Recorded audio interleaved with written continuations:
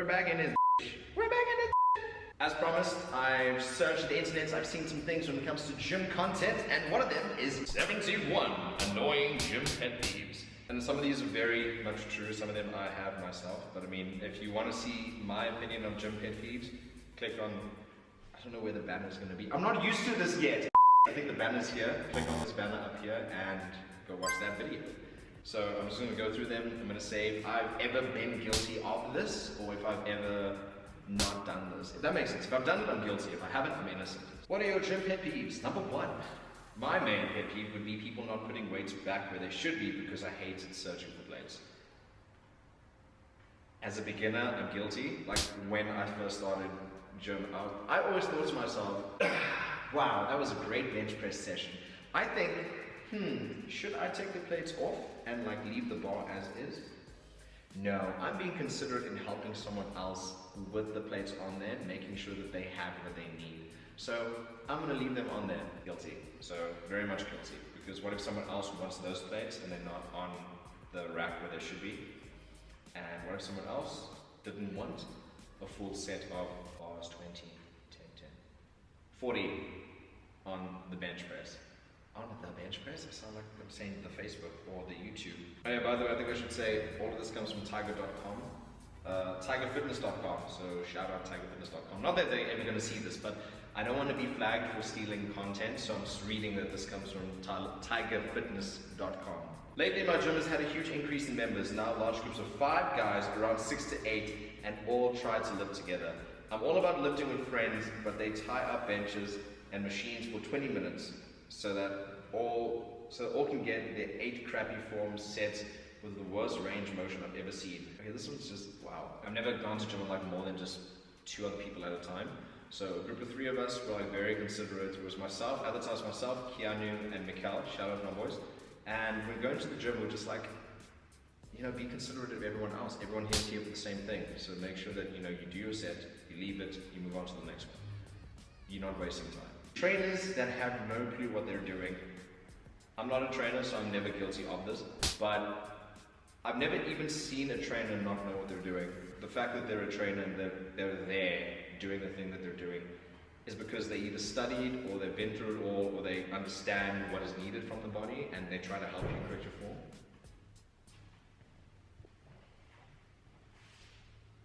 But other than that, yeah, I think trainers should, you know, trainers know what they're doing. So if there's a trainer who doesn't know what they're doing, that's a bit sketch. There may not even be an actual trainer. They may not have a qualification. They're just someone who woke up one day and was like, yeah, I'm going to charge someone 200 grand a session to show them what to do. If they get injured, that's their baby. Oh, this one right here. People that jump onto machines or benches that have a shaker cup or bag on them. Obviously, someone is using it. I love this one because I've seen that meme where I think someone just like puts their bag with a shaker on a bench. Universally, everyone knows, oh no, someone's using that. But what pisses me off about that is that sometimes the person who put their shaker or the bag on the bench or near a certain machine or on the machine themselves is on the other side of the gym talking to someone about utter bullshit. And you have to, like, at times, if someone comes to a bench where someone else has left something on there to say, I'm using this, and this new person comes and like, oh, sick, moves the stuff, and then uses whatever's been not used. The person who put the shaker or the bag down, in my mind, this is what's going to happen. What is that? What is that? What? If that happens, it's going to be the most entertaining moment of the session, I think. When you ask to work in and someone refuses to let you in. I mean, is that a pet peeve, or is it just like someone also be considerate? Yeah, some people might say, yeah, dude, we can alternate. When I'm resting, you can jump in. But then other people are like, okay, I think I understand. If that's the point, when I'm resting, you can jump in. That's fine. But if someone refuses, if someone's like hyper-focused and they checked in, their pre-workout's kicked in, they're on BCAAs, I understand, because maybe someone is like really, really trying to get through their set.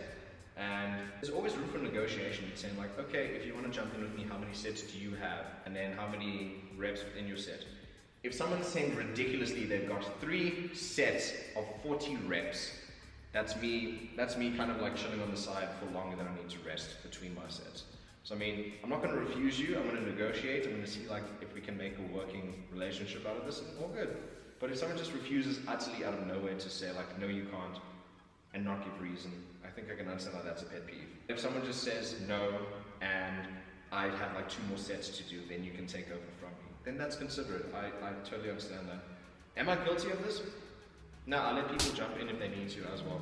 Everyone has a certain amount of time that they can, be at the gym for. So in me thinking that and putting myself into other people's shoes, thinking that as well, I'm considerate about that. So not guilty. Oh, this one is people who leave a ton of sweat on a piece of equipment and don't wipe it down. Pay it forward, okay? Just like, if you sweat profusely, okay, put a towel down. I know I sweat profusely. I put a towel down when I need to.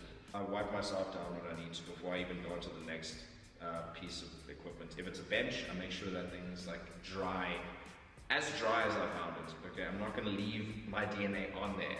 I have my own things about DNA being left somewhere. Someone might just be picking up people's DNA, cloning them, and then I see a Jody on the street one day and be like, what the It's ridiculous, I know, but still. But no, dude, honestly, like, wipe it down afterward. If you know that you've left a puddle somewhere, wipe it down. There have been moments in the gym where I've left my water bottle open, kicked it over, and I went to the front desk to ask for a mop because I don't want any slipping or tripping hazards.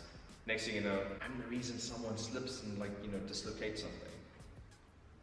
That weighs heavily on my conscience and I don't need that. But yeah, if you know you're going to be sweating, put a towel down. If you don't have a towel, there's wipes at the gym. Just like wipe it down after yourself. There's sanitizer. We just come out of COVID.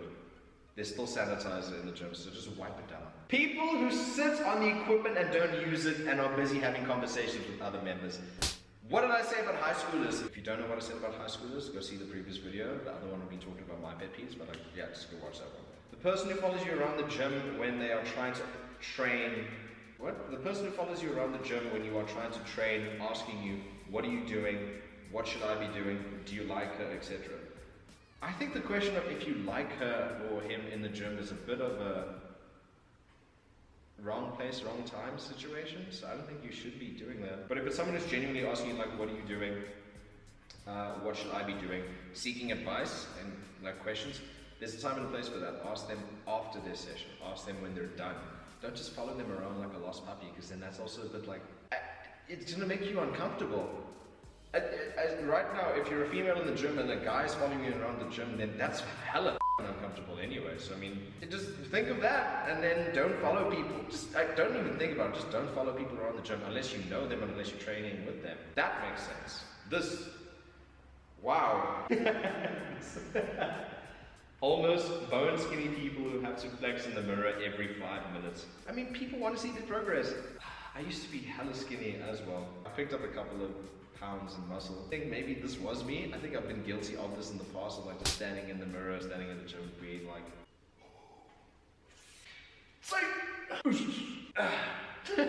but every 5 minutes is crazy, dude. I think for me, it's always just been like, I think it was every 5 minutes. I'm trying to think of how much time I had between different points of my set. Maybe not every 5 minutes, but shame. They're trying to see their progress. I've been guilty of this, but I mean this is just an irritation more than a pet peeve. It doesn't, if it hinders you in any way, someone is there doing the flexing and checking themselves every 5 minutes, and you're here minding your own business. You're minding their business. Focus on you. Okay, maybe it's just one of those things where you look at it and you're like, I feel like the person who wrote this is looking at the skinny person being like, oh, you know when near I am. Shame. Anyway, that irritates me. I'm gonna not focus on what I need to do here and just watch you piss me off for the next 5 minutes flexing in the mirror. This one, I hate this one so much. Plates that aren't the standard weight. The plate could say 10 kilograms, and meanwhile it weighs 5.